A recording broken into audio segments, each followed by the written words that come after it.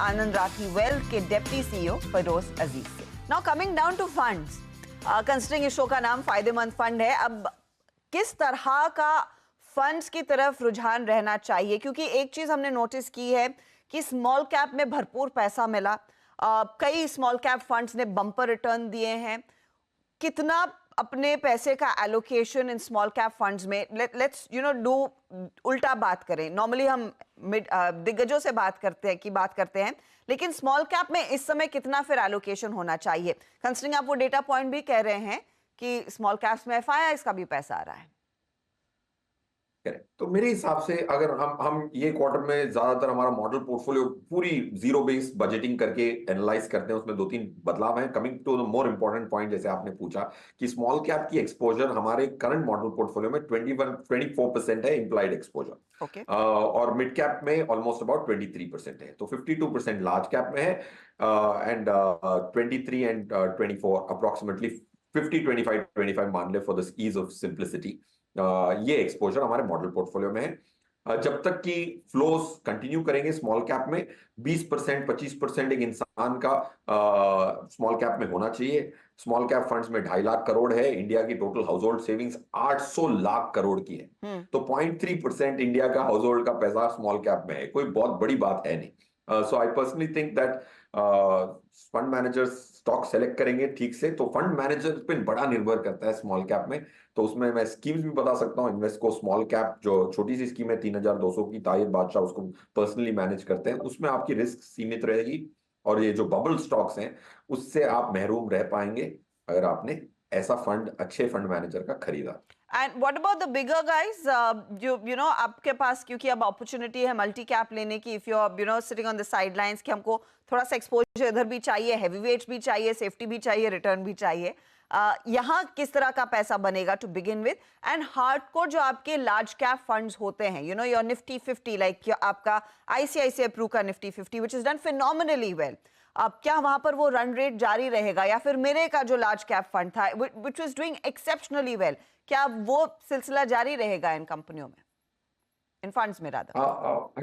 पहले I try to answer the large cap. Large cap में हमने बड़ी एनालिसिस की, काफी सारे फंड्स हैं। लार्ज कैप में एक फंड मैनेजर बड़ी दिक्कत होती है उसको निफ्टी को बीट करने के लिए, बट एक फंड है जिसको हमने इंक्लूड किया हमारे मॉडल पोर्टफोलियो में, क्वांट लार्ज कैप। 1000 करोड़ का फंड है, बट दो काइंड ऑफ एक्टिव मैनेजमेंट जो पॉसिबल है लार्ज कैप में, क्योंकि काउंटर बड़ा लिक्विड काउंटर है। 17-18 स्टॉक हैं। संदीप टंडन जो सीआईओ फंड सीआईओ भी हैं, को फाउंडर भी हैं, वो इसको बारीकी से देखते हैं। लार्ज कैप में एजिलिटी बहुत इजीली हो सकती है। काउंटर आप आराम से आज बेच के दूसरे दिन वापस भी खरीद सकते हैं। तो ये फंड में निफ्टी को बीट करने की क्षमता है। लोग कहते हैं कि इंडेक्स फंड खरीदिए लार्ज कैप में, क्योंकि वहां बीट नहीं कर पाएगा फंड मैनेजर। संदीप टंडन ने, ये हमारा कॉल था संदीप टंडन पे, जब 15-20 हजार करोड़ की एयूएम थी, अब वो 80,000 करोड़ की एयूएम पे पहुंच गए, कि उनकी जो एजिलिटी है, उन्होंने 26% से लास्ट ईयर निफ्टी को बीट किया अपने लार्ज कैप फंड में। सो वो हमारी मॉडल पोर्टफोलियो में है। That's will be one recommendation on the large cap side. And multi cap आपने बिल्कुल सही फरमाया, बिकॉज मल्टी कैप सबको एक्सपोजर देता है। मिनिमम 25% तो सब में होता है।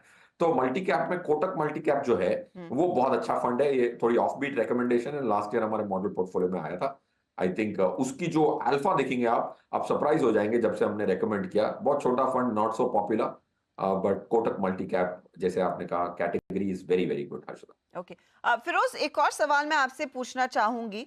पिछले साल हमने देखा एक डिफेंस फंड आया, एक काफी अग्रेसिव पीएसयू फंड आया, कुछ स्पेसिफिक आप इन्हें सेक्टोरल फंड्स कहें या थीमेटिक फंड्स कहें, क्योंकि लहर वैसी ही थी।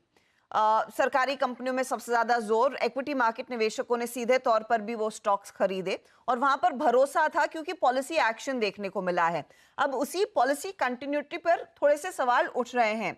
तो इस तरह के थीमेटिक फंड्स इस तरह के एनवायरनमेंट में क्या पैसा कमा कर देंगे? अगर किसी का पैसा लगा हुआ है, एसआईपी शुरू है, इन थीमेटिक फंड्स में क्या पैसा वो बरकरार रखना चाहिए, और it's time to reconsider this approach? Arshada, ये बहुत बहुत कंटेम्प्रेरी, बहुत ब्रिलियंट क्वेश्चन है, क्योंकि ये ट्रेंड चला हुआ है कि काफी सारे सेक्टोरल फंड्स लॉन्च हो रहे हैं, बट इसमें एक चीज छुपी हुई है। देखिए क्या हुआ है कि सेबी ने रोक लगाई हुई है कि एक एक कैटेगरी में आप इतने इतने एक एक फंड ही रख सकते हैं। तो अब सब एसेट मैनेजमेंट कंपनीज के जो कन्वेंशनल स्कीम्स थे वो तो पूरे हो गए, सबके पास एक लार्ज कैप है, लार्ज मिड कैप है, मल्टी कैप है, फ्लेक्सी कैप है। तो एक एसेट मैनेजमेंट कंपनी अपनी प्रोडक्ट बुफे को कंप्लीट करने के लिए थीमेटिक में काफी सारे पॉसिबिलिटीज हैं जो नया फंड वो लॉन्च कर सकते हैं। अब निवेशक को सोचना है कि भाई वो अपनी प्रोडक्ट पोर्टफोलियो को गैप को मीट कर रहा है, मेरे पोर्टफोलियो में गैप हो तो फिर मैं खरीदूं। काफी लोग नए एनएफओ खरीद रहे हैं। मैं किसी से मिला, उनका किसी का बच्चा था तो उसने कहा पहला स्कीम मैं कंजम्पशन का खरीद रहा हूं। मैंने कहा भाई मेरी 14 स्कीम है, 13 के बाद मैं एक थीमेटिक खरीद लूं अलग चीज है, तेरी पहली स्कीम एक थीमेटिक स्कीम कैसे हो सकती है? So point one I am making is when people are filling their product portfolio, आपको अपने पोर्टफोलियो का ध्यान, राइट? आप एक रेस्टोरेंट में जाते हैं, मेनू में 200 आइटम है, उसका फर्ज है कि भाई सब आइटम आपको दे, सब तो आप ऑर्डर करेंगे नहीं। So that's point one. Point two, 2008 में ये गलती कर चुके हैं लोग। अब काफी सारे नए निवेशक 2008 में कैपिटल मार्केट्स में नहीं थे, तो मैं इसको बोलना चाहूंगा हर न्यू इन्वेस्टर को। 2008 में भी बड़े इंफ्रास्ट्रक्चर की 2007 में बूम चली हुई थी। जो एग्जिस्टिंग फंड मैनेजर है, diversified large cap mid cap जिस डालते हैं, उन्होंने ऑलरेडी 40-50% इंफ्रास्ट्रक्चर स्टॉक में डाल लिया था जी। और इन निवेशक भी 25-30% का इंफ्रास्ट्रक्चर फंड खरीद रहे हैं। जब 2008 की क्रैश आई तो तब लोगों ने पोर्टफोलियो खोल के देखा तो 80% स्टॉक इंफ्रास्ट्रक्चर के थे, और इंफ्रास्ट्रक्चर ने 60-70% की गिरावट देखी। तो पोर्टफोलियो में जो वॉलेटिलिटी देखने को मिली काफी ज्यादा है। So thematic fund should be your 10th fund, can't be your 3rd fund, is my belief. And आप इतने कैरिड अवे ना हो जाएं, क्योंकि उनका तो फर्ज है एसेट मैनेजमेंट कंपनी का कि आपको मेन्यू में ज्यादा आइटम दे। पूरे ऑर्डर करेंगे तो फिर आजमा ठीक नहीं होगा। फिरोज, फाइनल कॉल मैं आपसे लेना चाहूंगी। अब अज्यूमिंग किसी के पास वो लमसम पैसा है, वुड यू से कि उसे सीधा लगाया जाए थ्रू एन एसटीपी, और just pick a fund and just put everything there, ज्यादा बेहतर क्या होगा? बिकॉज हर फंड आपको एसटीपी का मौका नहीं देता है। Correct Harshada, again a very good question, because investor के मन में यही आता है।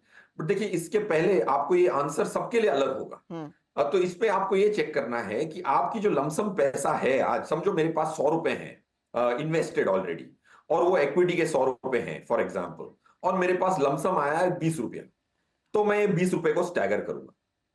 अगर मेरे पास पैसा ही नहीं है इक्विटी में और मेरे पास लमसम पैसा आया तो मैं एक मुश्त लगाऊंगा।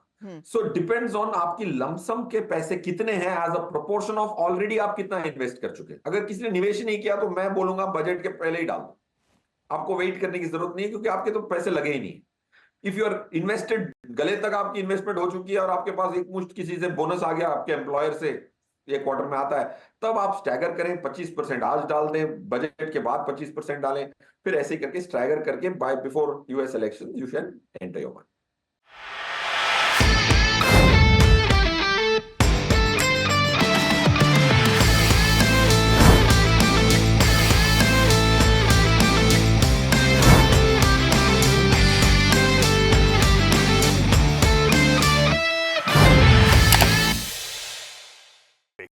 बता दें कि मनी कंट्रोल पर दिए गए विचार एक्सपर्ट्स के अपने निजी विचार होते हैं।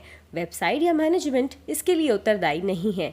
यूजर्स को मनी कंट्रोल की सलाह है कि कोई भी निवेश निर्णय लेने से पहले सर्टिफाइड एक्सपर्ट की सलाह लें।